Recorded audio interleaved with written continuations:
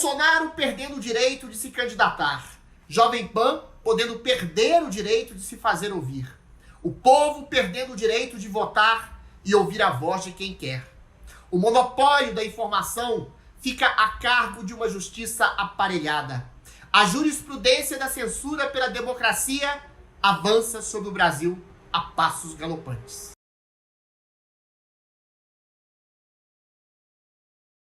Antes, eu quero convidar você, leitor, a ver o valor que a Gazeta do Povo está fazendo pela liberdade no Brasil. Vale a pena entrar no site. Além de jornalismo, há e-books, cursos gratuitos, material de altíssima qualidade de graça. Tem também as minhas colunas exclusivas e vídeos, claro. E acabamos de lançar a promoção do ano. Por apenas R$ 12,90 ao mês, você vai ter acesso a tudo que publicamos sem barreiras. Aproveite, porque a promoção vai só até o final dessa semana.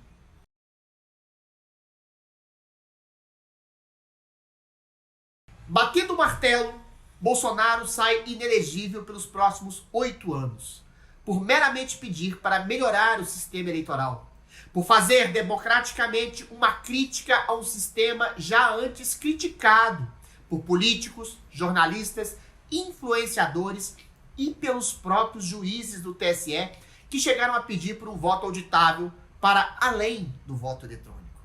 O ex-presidente não pediu que se extinguisse o voto eletrônico, não pediu pela extinção da justiça eleitoral, muito menos contestou o resultado final da eleição do ano passado, que perdeu. Contestou sim a parcialidade da justiça eleitoral, que lhe proibiu, entre outras coisas, de dizer que Lula foi condenado por corrupção, que era amigo de ditadores e que era abortista. Tudo parte da história e do histórico das opiniões do agora então presidente Lula. Bolsonaro contestou sim uma justiça que ele julgou parcial. Mas a contestação é pilar intrínseco de uma democracia. Mas, segundo o voto do Benedito, aquele do missão dada, missão cumprida, discursos que alimentam paranoias são prejudiciais à democracia. Ora, até onde eu sei, discursos legitimamente críticos que sejam, alimentam a base do diálogo que formam a democracia. Não para a justiça eleitoral. Bolsonaro caçado é tradução de uma possibilidade de escolha do povo caçada. Caçado 60 milhões de votos por causa de um discurso que um tribunal eleitoral achou perigoso. Esse mesmo tribunal não achou nada perigoso liberar da cadeia um condenado por corrupção passiva em 3 instâncias por uma dezena de juízes para voltar à presidência da República. Perigoso, segundo esse mesmo tribunal, é o discurso de Bolsonaro de querer aprimorar o processo eleitoral. Perigoso, segundo esse tribunal eleitoral, é deixar o povo escolher livremente um presidente que já foi votado por dezenas de milhões de eleitores brasileiros.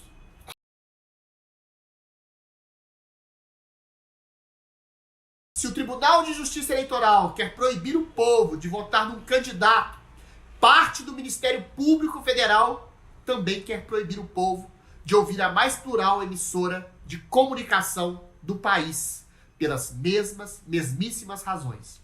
Eu fiz parte da Jovem Pan e lá debati com pessoas da esquerda, à direita, ao centro, de todos, enfim, os espectros de discursos que compõem o livre diálogo democrático.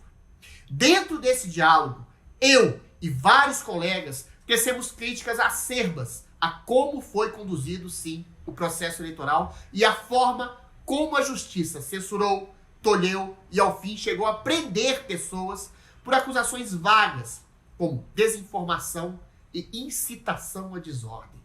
A crítica de Bolsonaro, perseguida, se equipara à perseguição sofrida pela Jovem Pan.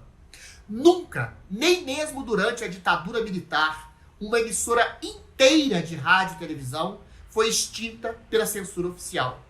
A perseguição sofrida pela Jovem Pan é a consolidação da jurisprudência da censura que fala em discursos perigosos. Se um homem, se um jornalista, se um presidente da República passa a dizer algo que não agrada ao juiz que cria discursos lícitos ou proibidos, esse juiz o censura. Se uma empresa, um jornal, uma rádio, uma TV passa a pluralizar o debate de um modo que não agrada à ditadura sutil de opinião única imposta pelo judiciário, essa mesma empresa corre o risco de fechar. E se a justiça faz isso com o presidente da República e uma empresa de jornalismo e comunicação, qual a chance possível de liberdade do cidadão comum e da sua livre expressão? Esmagada que seja pela justiça oficial que o cala em nome de uma falsa democracia.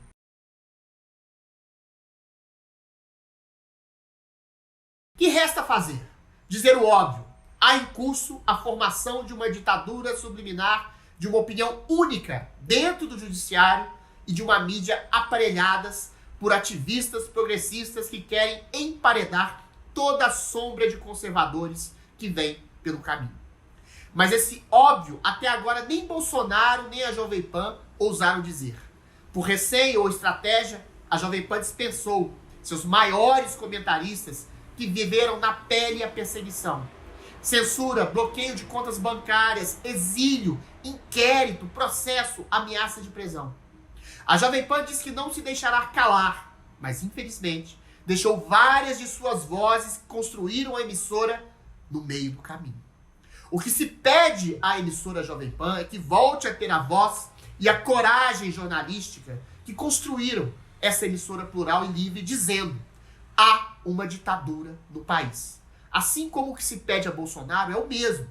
Também que se diga do horror autoritário que o está degolando.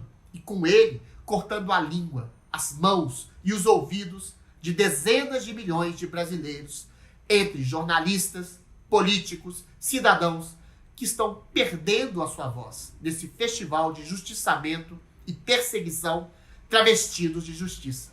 Assim, sabendo do mal ditatorial que os aflige, quer seja por Bolsonaro, pela Jovem Pan ou por outras vozes e outras lideranças, o povo talvez desperte desse pesadelo através de uma ação coletiva, verdadeiramente democrática.